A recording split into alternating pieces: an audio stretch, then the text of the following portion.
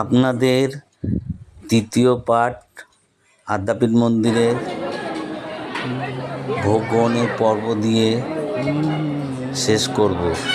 তার আগে একটা কথা জানাই যে এখানকার ভোগের মূল্য হচ্ছে 80 টাকা, কিন্তু ভোগ গ্রহণের